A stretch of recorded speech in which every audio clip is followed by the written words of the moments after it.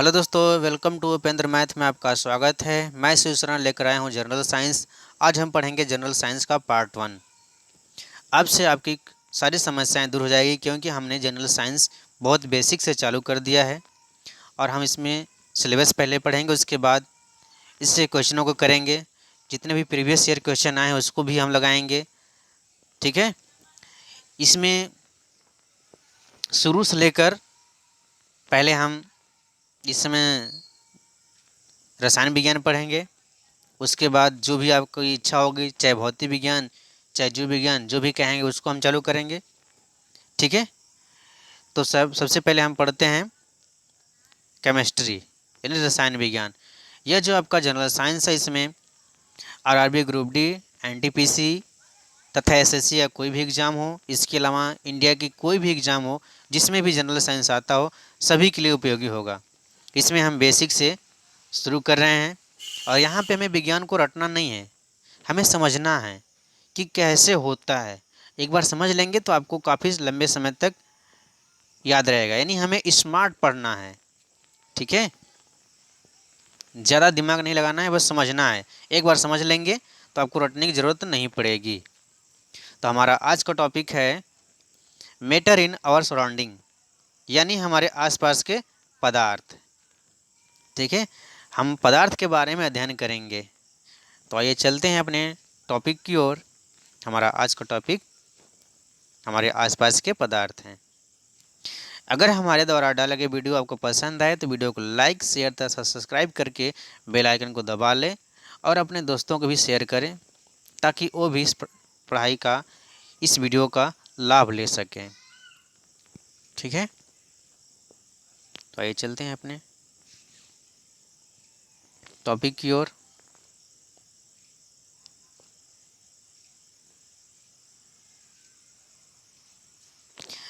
यानी हमारा आज का टॉपिक है हमारे आसपास के पदार्थ। ठीक है, तो पदार्थ के बारे में हम अध्ययन करते हैं, पदार्थ होता क्या है। ठीक, तो ये समझते हैं कि पदार्थ क्या होता है।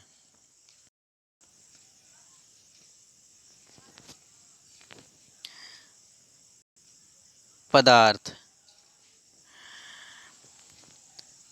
पदार्थ वह वस्तु जो स्थान घेरती,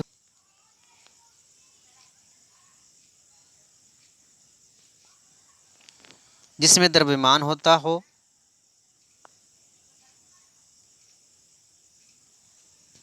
ठीक है, जिसका अनुभव हम अपनी ज्ञानेंद्रियों द्वारा कर सकते हैं,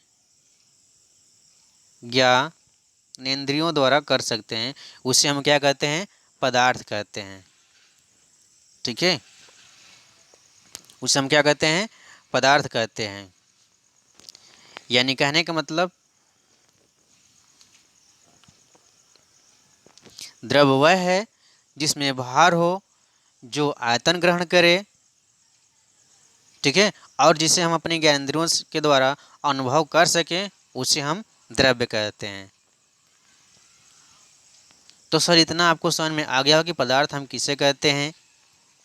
ठीक है, आप साथ ही साथ नोट्स बनाते रहिएगा, ताकि एग्जाम के समय में आपको कम समय में तैयारी हो सके। ठीक है, आगे आगे समझते हैं। पदार्थ की कई अवस्थाएं होती हैं। पहले पदार्थ के गुणों के बारे में पढ़ लेते हैं, उसके बाद अवस्थाएं पढ़ते हैं। यानी पदार्थ के गुण,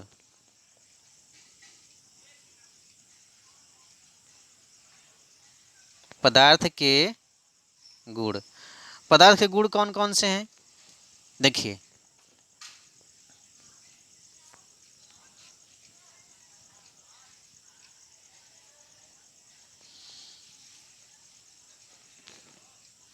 द्रव्य बहुत छोटे छोटे कणों से मिलकर बने हैं, जिसे हम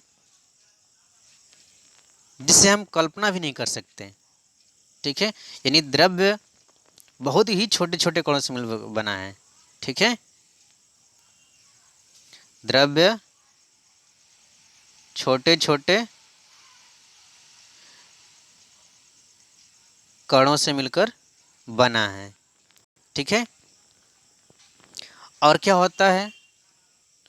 और कणों के बीच में अंतरा आणविक स्थान होता है।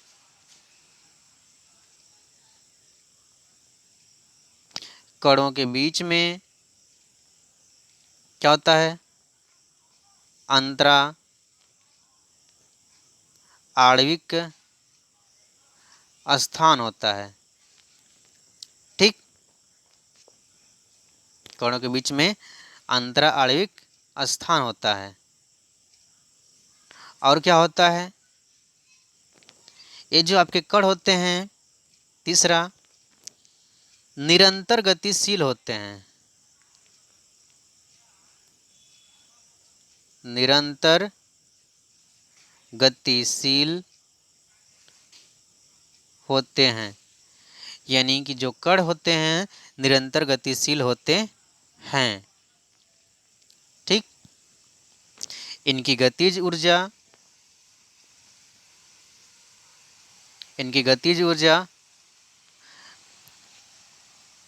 होती है। ठीक है, इनको गर्म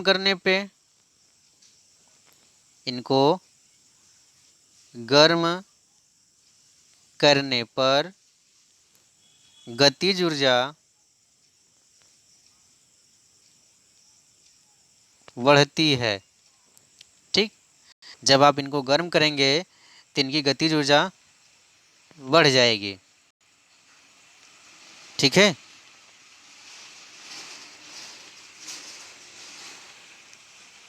आगे देखते हैं। चौथा है, ये एक दूसरे को आकर्षित करते हैं। ये एक दूसरे को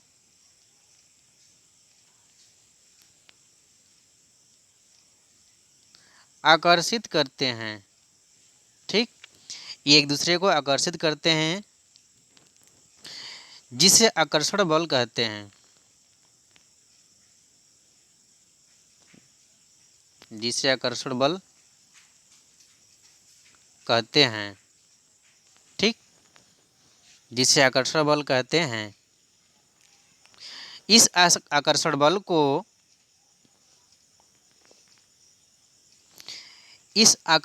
को अंतरा आणविक बल कहते हैं। ठीक, इन्हीं के कारण ये एक साथ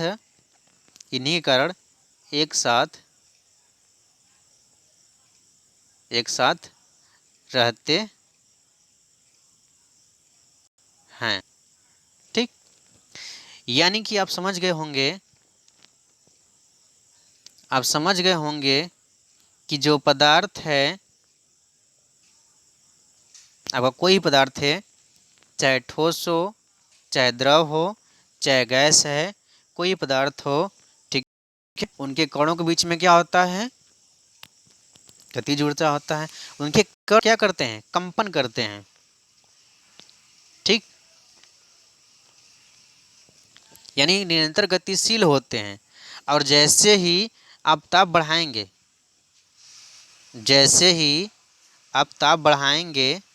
ठीक, जो कण होंगे, ठीक, आपने ताप बढ़ाया, ठीक, तनके कण क्या होंगे? गतिशील हो जाएंगे, यानी कि गतिज ऊर्जा क्या हो जाएगी? बढ़ जाएगी।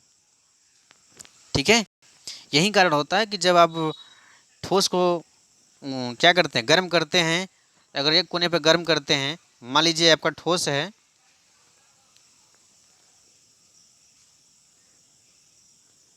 ठीक, जब आपका ठोस है और एक कोने पर यहाँ पे गर्म करते हैं, यहाँ पे आप गर्म करते हैं तो धीरे धीरे क्या होता है? पूरा पदार्थ ही गर्म हो जाता है। कैसे? कणों के कंपन के द्वारा। इसमें कण हैं, इसमें छोटे छोटे कण हैं। जब कंपन करेंगे तो क्या होगा? यहाँ से यहाँ जाएगा, यहाँ कण यहाँ जाएगा, और यहाँ कण मतलब क्या हो जाएंगे? गतिशील हो जाएंगे। ठीक है, जब इसको टक्कर देगा तो ये आगे जाएगा, इसको टक्कर देगा, इसको टक्कर, इससे क्या होता है? इसमें चलन हो जाता है। और यही कारण होता है कि यहाँ पे गर्म करने पर यहाँ गर्म हो जाता है, यानी कि एक कोने से दूसरे कोने तक गर्म हो जाता है। और दूसरी बात है इनके कणों के बीच में रिक्त स्थान होता है। ठीक है, आपने देख लिया, यह ठोस में कम होता है, यह ठोस में कम होता है और द्रव में ठोस से अधिक होता है, या गैस में एकदम होता ही नहीं, नगण्य होता है। ठीक है, गैस में नगण्य होता है, यानी कि उनके कणों के बीच में दूरी नगण्य होता है, मतलब बहुत अधिक होता है। ठीक है, दूरी काफ़ी होता है। तो आइए हम देखते हैं आगे क्या कहता है। एक दूसरे को आकर्षित, ये तो हो समझ गए। अब देखिए, इतना तो क्या हो गया, द्रव्य के लक्षण, यानी पदार्थ की इतनी सारी लक्षण हैं। अब हम आते हैं पदार्थ के प्रकार। ठीक है, अब हम पढ़ते हैं पदार्थ के प्रकार।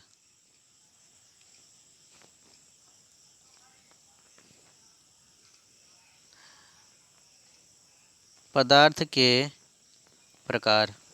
सर, पदार्थ के मूल रूप से 3 प्रकार होते हैं। कौन कौन से? ठोस, द्रव, गैस। ठीक, वैसे तो पदार्थ की कई अवस्थाएं हैं, लेकिन मूल रूप से 3 प्रकार के होते हैं। इसके अलावा प्लाज्मा और बोस आइंस्टीन कंडेंसेट। ठीक है, यानी कि प्लाज्मा के बारे में पढ़ेंगे और बोस आइंस्टीन कंडेंसेट के बारे में पढ़ेंगे। तो पहले हम मूल पदार्थ के प्रकार जो इसको हम ठोस, द्रव, गैस को पढ़ लेते हैं, उसके बाद में हम प्लाज्मा और बोस आइंस्टीन कंडेंसेट के बारे में पढ़ेंगे। तो आइए हम देखते हैं कि ठोस पदार्थ, यानी कि जो पदार्थ के प्रकार हैं, उसमें ठोस पदार्थ का क्या क्या गुण है, उसके बारे में हम अध्ययन करते हैं। ठीक है, देखिए, पदार्थ का एक और लक्षण है, यानी कि हमारे पूर्वज जो भारत के प्राचीन दार्शनिक थे, उन्होंने बताया था कि पदार्थ को 5 मूल तत्वों वायु, अग्नि, पृथ्वी, जल और आकाश में वर्गीकृत किया गया है। ठीक है, 5 मूल तत्वों वायु, पृथ्वी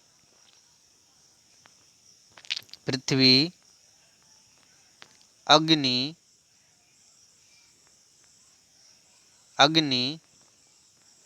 जल, आकाश, यानी कि इनके अनुसार इन्हीं 5 तत्वों से मिलकर बना है, चाहे वह सजीव पदार्थ हो चाहे निर्जीव पदार्थ हो। ठीक है, यानी हमारे प्राचीन भारतीय दार्शनिक के अनुसार इन 5 तत्व वायु, पृथ्वी, अग्नि, जल, आकाश से ही मिलकर बना हो, चाहे वह निर्जीव पदार्थ हो चाहे सजीव पदार्थ हो। ठीक है, नोट करते रहिएगा। आइए हम आगे चलते हैं। हम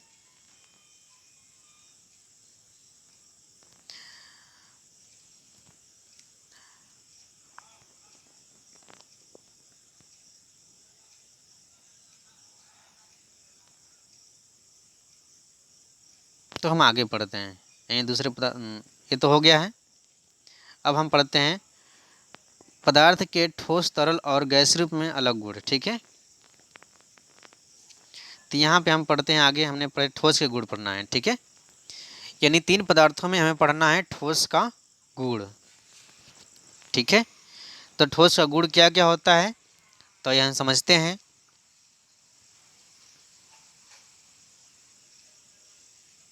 सर, आप कहेंगे ठोस क्या होता है? सर, हम आपने पहले बताया कि ठोस जैसे ईंट, बालू, लकड़ी, ये सब क्या हैं? ठोस पदार्थ हैं। तो हम पढ़ेंगे ठोस पदार्थ के गुण, यानी ठोस के गुण। ठोस के गुण क्या क्या क्या क्या होते हैं? पहला होता है इसका आयतन निश्चित होता है।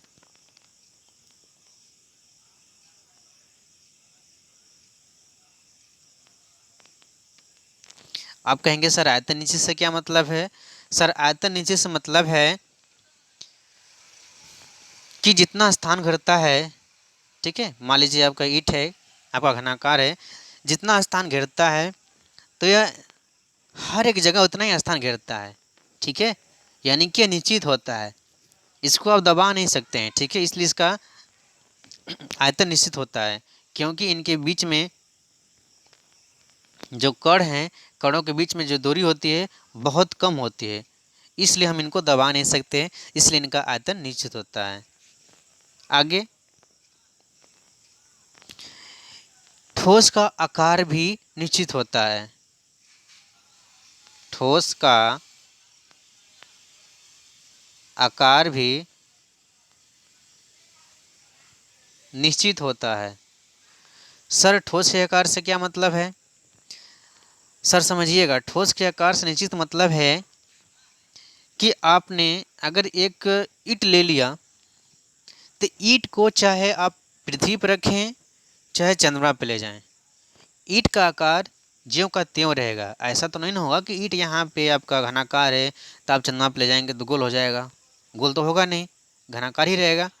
इसलिए ठोस आकार और आयतन दोनों क्या होता है? निश्चित होता है, ठीक है। आशा करता हूँ कि समझ में आ गया होगा। अगर आपको समझ में आ रहा है तो वीडियो को लाइक, शेयर तथा सब्सक्राइब करके बेल आइकन को दबा दें और अपने दोस्तों को भी शेयर करें। सर आगे समझते हैं। ठोस का आकार निश्चित होता है और आयतन निश्चित होता है, ठीक। अब हम आगे पढ़ते हैं। अगला गुण तीसरा है, यह असंपीड्य होता है।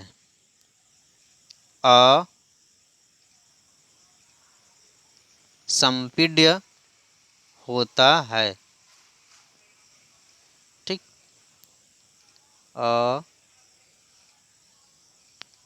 असंपीड्य होता है, ठीक।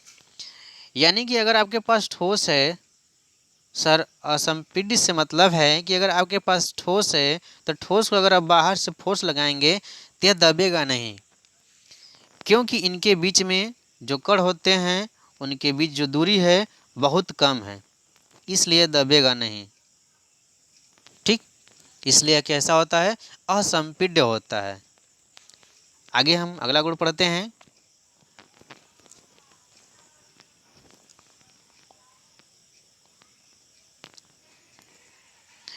ठोस में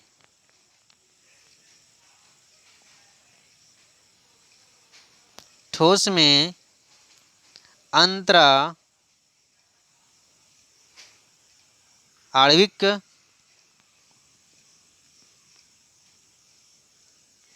ठोस में अंतरा आणविक आकर्षण बल अधिक होता है, ठीक।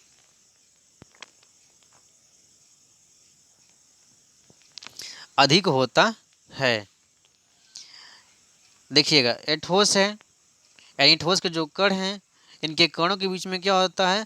अंतरा आणविक आकर्षण बल अधिक होता है, ठीक है। पदार्थ का गुण होता है कि उनके जो कण होते हैं एक दूसरे को आकर्षित करते हैं, लेकिन ठोस में सबसे अधिक होता है, इसलिए इसका आकार और आयतन निश्चित होता है, ठीक है। सर आगे देखते हैं, आगे ठोस के और कौन कौन से गुण हैं।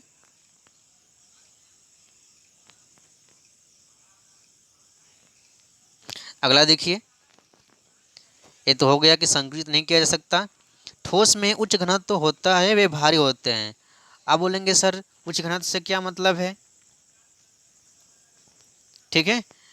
तो सर हम बता रहे हैं कि मान लीजिए अगर आपके पास दो कमरा है और दो कमरा है जो कि सेम साइज का है, ठीक है, और एक में मान लीजिए कि 5 लोग हैं और एक में 10 लोग हैं, तो 10 लोग वाला जो कमरा है इसका घनत्व क्या है? अधिक है।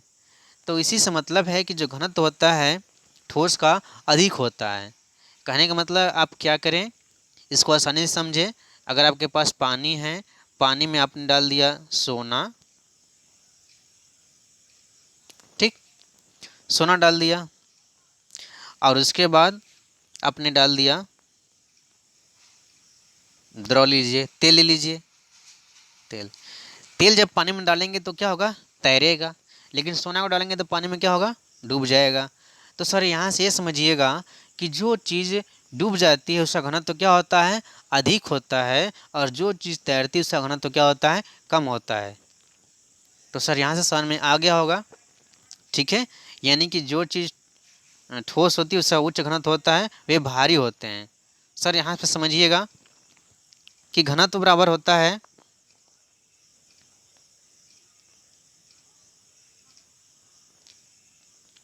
द्रव्यमान बटा के आयतन, ठीक। यहाँ पे देखिएगा जो घनत्व है आपका वह द्रव्यमान के समानुपाती है, द्रव्यमान के समानुपाती है। कहने का मतलब कि घनत्व तो बढ़ेगा तो द्रव्यमान भी बढ़ेगा। तो हमने अभी भी बताया कि जो चीज़ जल में डूब जाती है उसका घनत्व अधिक होता है, यानी ठोस जल में डूब जाएगी तो उसका घनत्व अधिक होगा, ठीक है। और द्रव तैरेगा तो उसका घनत्व कम होगा। तो जो चीज़ डूब जा रही है, अब घनत्व यहाँ पे देखिए घनत्व समानुपाती है, यानी घनत्व अधिक है तो उसका द्रव्यमान भी अधिक होगा, ठीक है। आशा करता हूँ कि समझ में आ गया होगा। सर आगे समझते हैं। आगे कह रहा है ठोस अपने पद को पूरी तरह से नहीं भरते, और अगला है ठोस पदार्थ नहीं हिलते।